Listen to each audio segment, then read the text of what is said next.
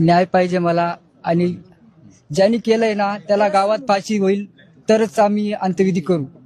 पब्लिकच्या हवाले पाहिजे तो. अंत्यविधीच करणार नाही, त्याला फाशी झाल्याशिवाय आम्ही अंत्यविधीच करणार. त्याला गावात फाशी झालीच पाहिजे. आज त्यांनी जसं माहिती पडलं तसं त्यांची अवस्था बघून घ्या, गरीब, आणि पाहिलं का त्यांची रोंगळ्यामध्ये किती मोठी अशी घटना झालेली. मग आम्हाला फक्त न्याय पाहिजे, त्याला फक्त आमच्या जवळ पाठवून द्या. आम्हाला न्याय हवा, बस काहीच नको पाहिजे. लहाण्याची हे बघा, मोठी केली 3.5 वर्षाची मुलगी, ती जास्त बी मोठी नाही. फक्त न्याय पाहिजे आम्हाला बस. हे बघा, वडिलांची आवश्यकता कशी झालेली.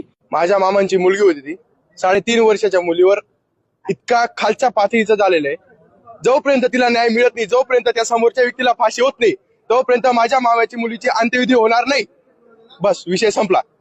भाचींची मुलगी आमची नात आहे, आम्हाला न्याय हवा आहे साहेबांकडनं.